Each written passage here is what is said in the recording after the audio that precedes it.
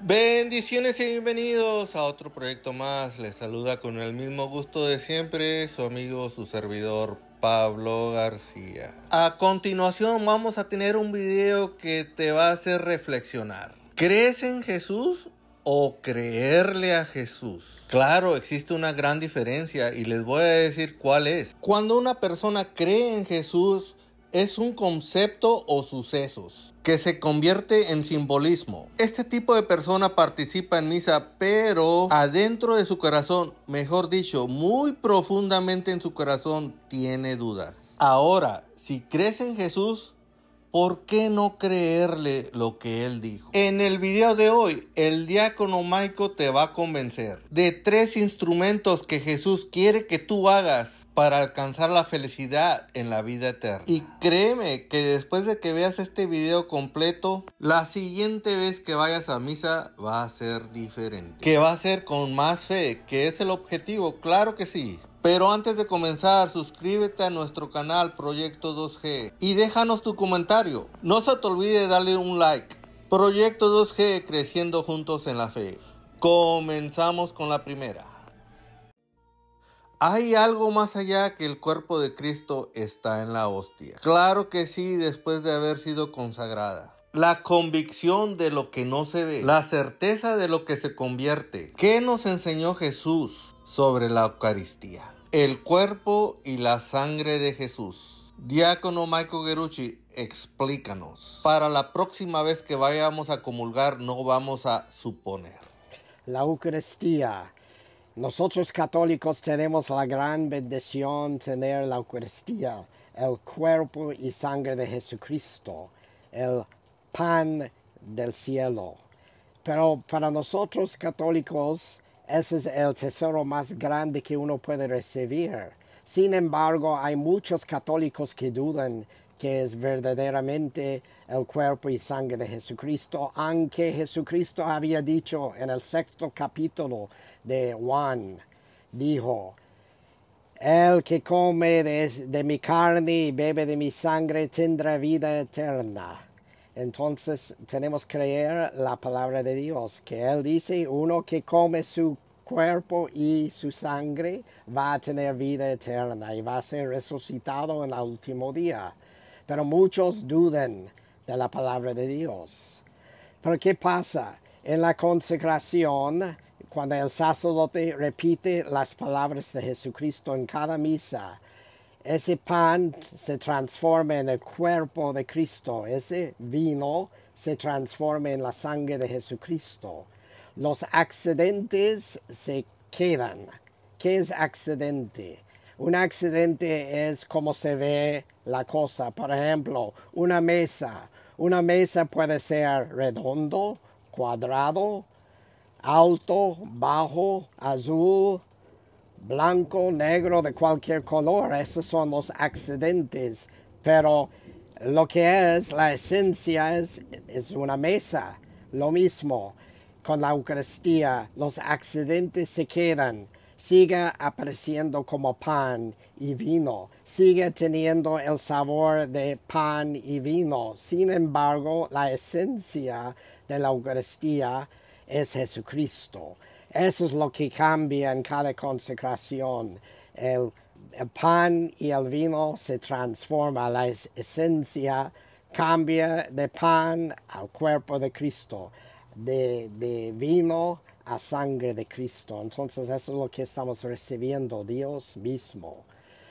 También, si los judíos del Antiguo Testamento creían en el maná, y ellos decían que ese es pan de los ángeles, ¿puede el pan del Nuevo Testamento de Jesucristo, la Eucaristía, ser menos que ese pan de los ángeles que habían guardado en la arca?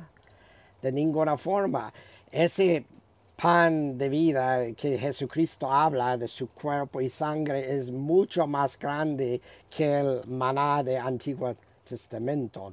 Entonces tenemos un tesoro y muchos católicos dudan y no reciben la gracia que Dios quiere dar a nosotros.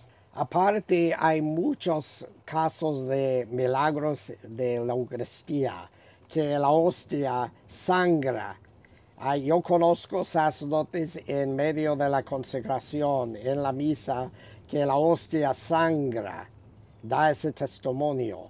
Y hay muchos testimonios en la historia de que ese pasa, que el pan se sangra, o una persona recibe la Eucaristía y comienza a sangrar y tiene el sabor de sangre.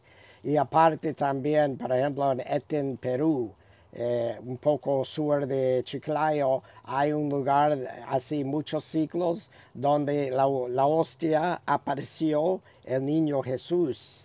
Entonces hay muchos milagros y también el nuevo santo Carlo Acutis, él había documentado muchos casos de la Eucaristía alrededor del mundo. Él trabajaba en esa obra antes de su muerte. Entonces hay que investigar y aprender de esos dones y esos bellos milagros que Dios quiere darnos y que llegamos a conocer. Entonces, todo lo que pasó en el Antiguo Testamento enseña hacia Jesucristo.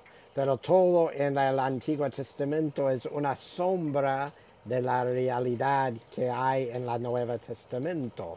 Por eso Jesucristo en el 6º capítulo de Juan dice, ese pan que yo doy, que es mi cuerpo, ese pan no es como el pan que tus antepasados comieron en el desierto y murieron. Si él come de mi carne y bebe de mi sangre, tendrá vida eterna y no morirá.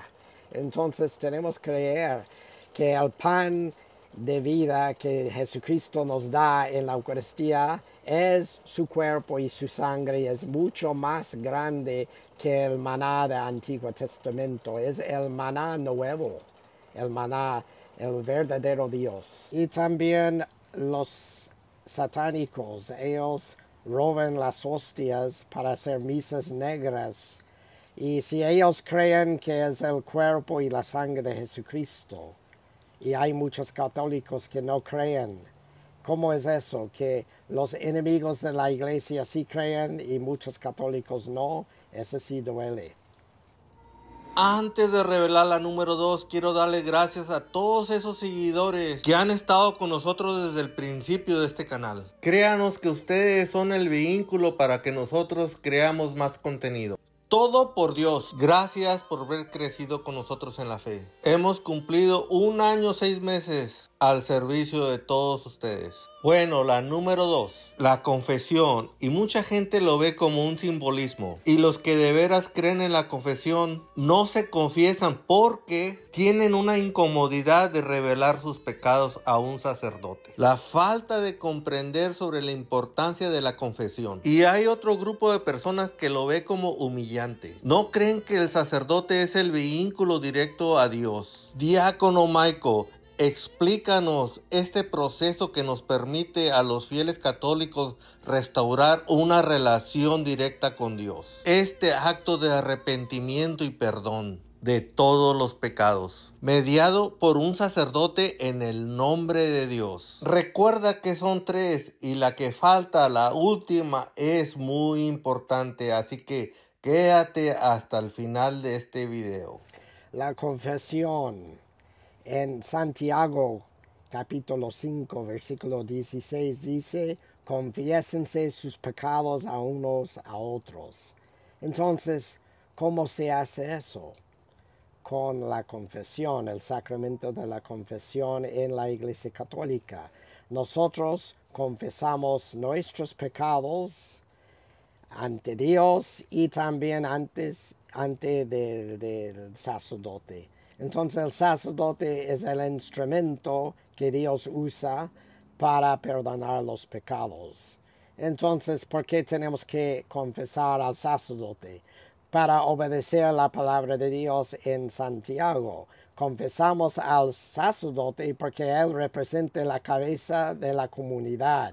Entonces, si confesamos a él, confesamos a toda la comunidad, sin causar escándalo. Por eso la confesión es en secreto. Segundo, la confesión fue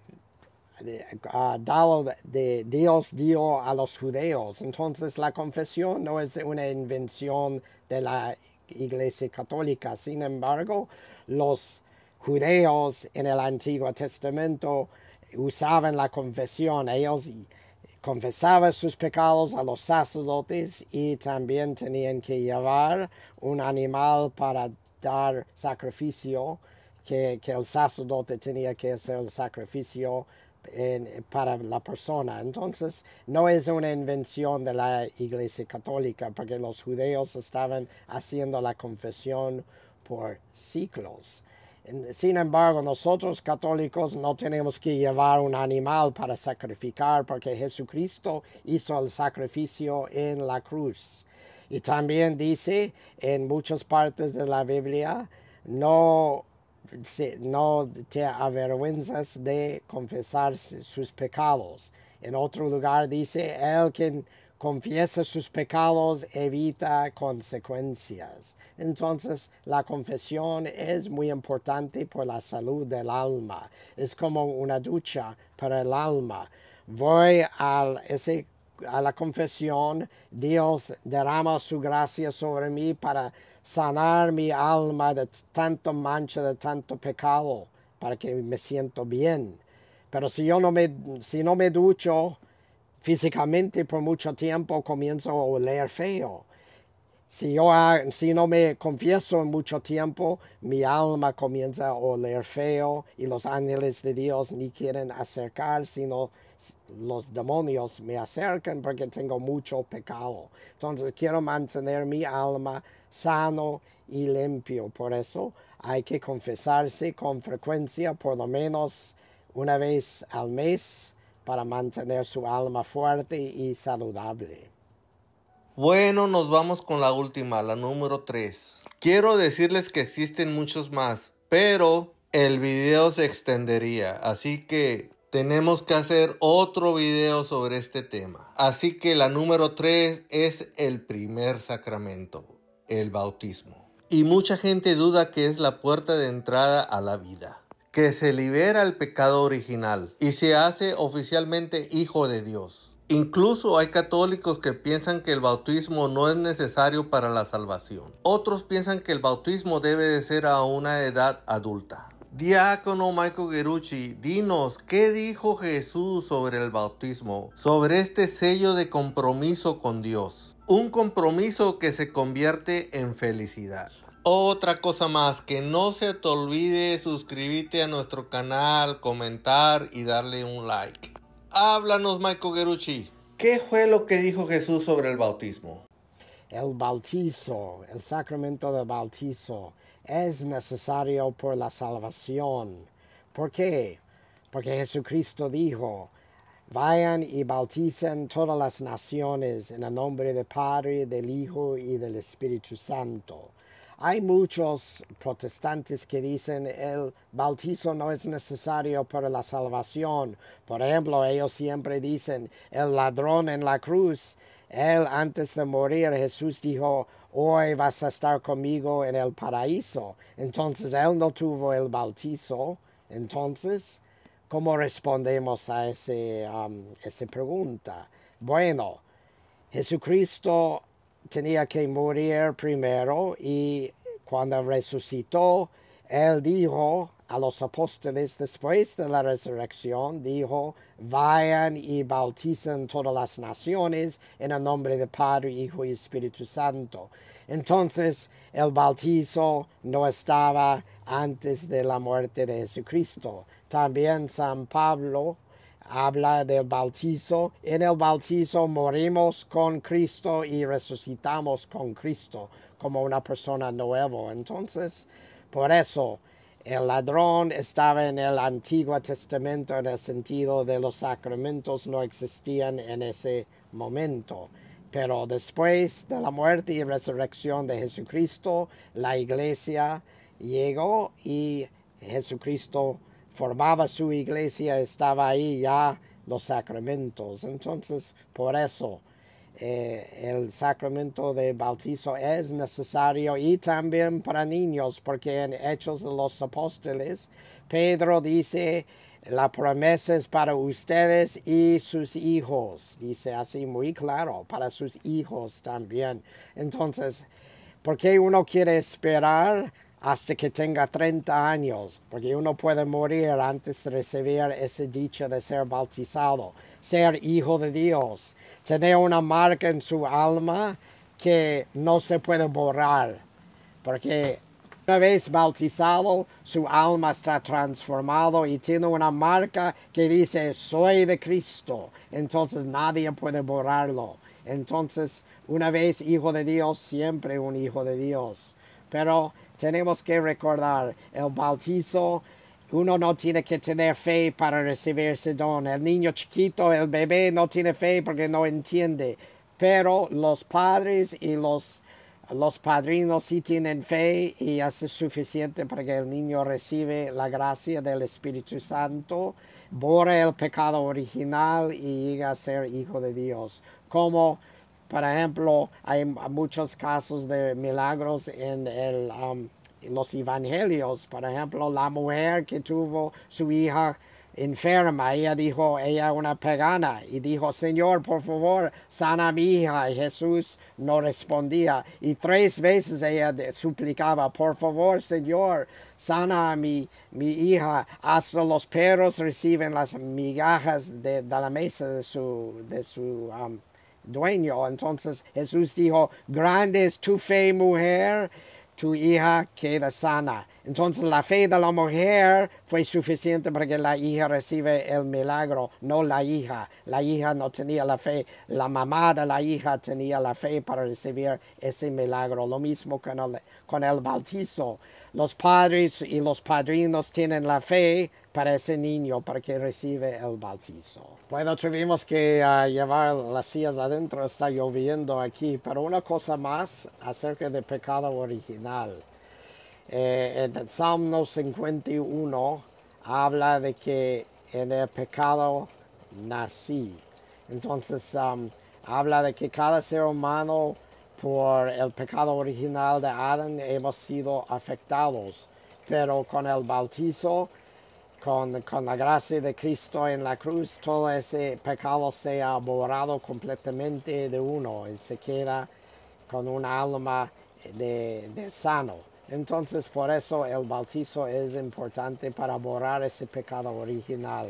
Claro, Jesucristo, Dios, podría hacer así nomás y todos en el cielo. Qué rico. Pero no, Dios quería así, con su iglesia, quiere que seamos guerreros en la fe y quiere que recibimos los sacramentos porque esa es la manera de Cristo. Llegaremos al cielo a la manera de Cristo, no al modo que queremos, porque sin Jesús no podemos hacer nada.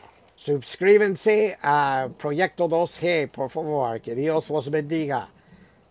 Si llegaste hasta aquí en este video, felicidades. Recuerda que tenemos que nutrir nuestra fe. La etapa que estamos viviendo es muy crucial porque esto define nuestro futuro por la eternidad. Hay que ponerle más empeño a Dios, más devoción. Y así se va cultivando la fe en nosotros en Dios. Y una vez que llegues a ese objetivo, tenemos que seguir alimentando la fe. Tenemos que llegar a ese objetivo. Yo sé que hay demasiadas distracciones, pero ¿saben qué? Todos pasamos por lo mismo. Recuerden, es difícil, pero no es imposible. Todos estamos llamados a ser santos. Y recuerden, Dios ha estado presente desde antes del nacimiento. Está presente en el mismo tiempo presente y estará presente en el futuro. Estas tomas son mías.